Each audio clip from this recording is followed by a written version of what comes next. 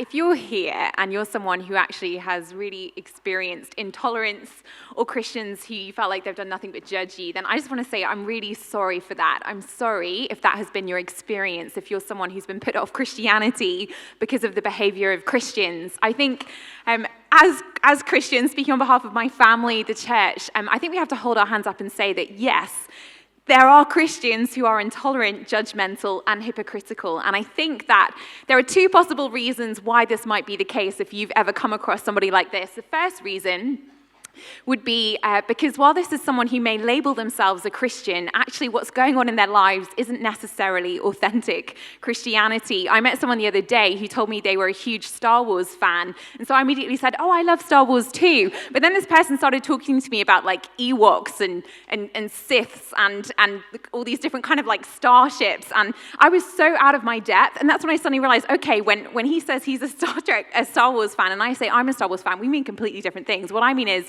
like, I once saw the movie, whereas this guy, he's like read all the books, he owns the t-shirts, I'm pretty sure he goes to all the conventions dressed up in costume, like the force was strong with him.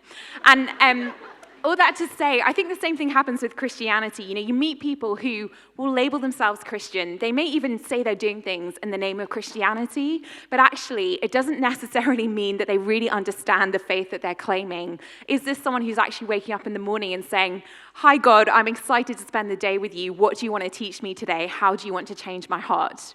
The second reason someone might be this way who's a Christian, they may actually be a very authentic, legitimate Christian, but they're still a work in progress.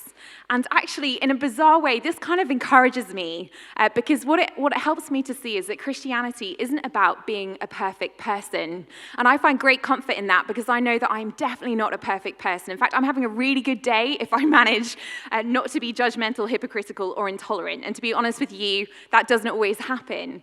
But the message of Christianity isn't that it's for perfect people. If you're out there thinking, oh my goodness, I'm just not good enough for Christianity, I can't follow all these rules, I can't be perfect. Actually, God meets us where we're at. He starts with us as we come to him, and then we go on a journey as he begins to work on our hearts and change and transform us. And I love that about the Christian faith, because everything else about me is only going to go downhill from here and get less attractive. But the one thing I have a chance to get better at is that maybe my heart could become more beautiful as everything else gets less beautiful over the years. And that's what God is doing. That's how God is at work in Christians. He makes us more beautiful, but he meets us as the unpolished version. So maybe you've encountered Christians who are still on that journey and figuring it out. The final thing I want to say is this: no one becomes a Christian because of other Christians. They become a Christian because of Jesus Christ. So if you want to judge whether Christianity is worth following, look at the person who founded the faith. And when I look at Jesus, I see somebody who, far from being intolerant, he's the guy who gets rejected by the other religious leaders because he keeps hanging around with prostitutes and sinners and lepers and everyone else that,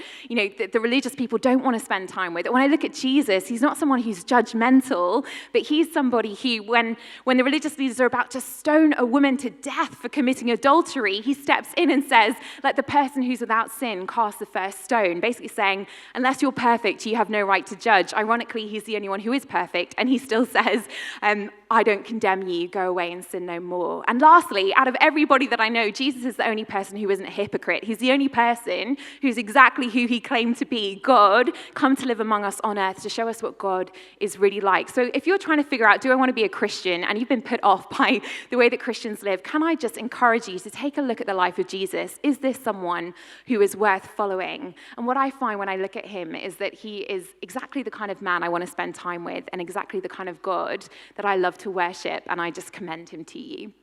Fantastic. Thanks, Gu. Let's give it up for our 4 panelists. Thanks, guys.